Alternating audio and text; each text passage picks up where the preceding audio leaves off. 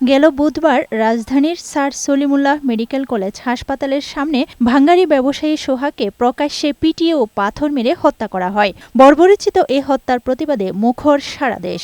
সোহাগ হত্যার প্রতিবাদ ও সারা দেশে চলমান চাঁদাবাজি সন্ত্রাসবাদের বিরুদ্ধে বিক্ষোভ মিছিল করেছে জাহাঙ্গীরনগর বিশ্ববিদ্যালয়ের শিক্ষার্থীরা। শুক্রবার রাতে বিশ্ববিদ্যালয়ের বটতলা এলাকা থেকে সন্ত্রাস বিরোধী ঐক্য ব্যানারে মিছিল বের করেন তারা। এই ছাত্র সমাজ বলতে চায়, আজকে এই সন্ত্রাসবিরোধী ঐক্য থেকে আমরা জানাচ্ছি, আমরা আপনাদের এই খুন ধর্ষণ মেনে নিব না। একই দাবিতে নারায়ণগঞ্জে ইসলামী আন্দোলনের নেতাকর্মীরা বিক্ষোভ সমাবেশ ও সোহাগ হত্যায় জড়িতদের গ্রেফতারের দাবি জানিয়েছে। শুক্রবার রাতে শহরের বিবি রোডে বিক্ষোভের পর সংক্ষিপ্ত সমাবেশ করে জেলা ও মহানগরের নেতাকর্মীরা। সবাই ঐক্যবদ্ধ হন।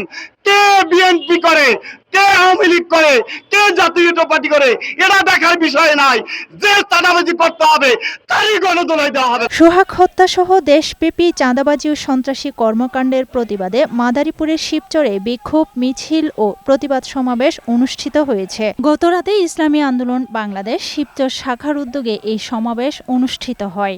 একটা গ্রুপ চাঁদা নিয়ে গেছে আর একটা গ্রুপ চাঁদার জন্য আসছে। এর প্রতিবাদে বিক্ষোভ মিছিল করেছে ঠাকুরগাঁওয়ের শিক্ষার্থীরা। শনিবার দুপুরে জেলা স্কুল বড় মাঠ থেকে একটি বিক্ষোভ মিছিল বের করেন শিক্ষার্থীরা।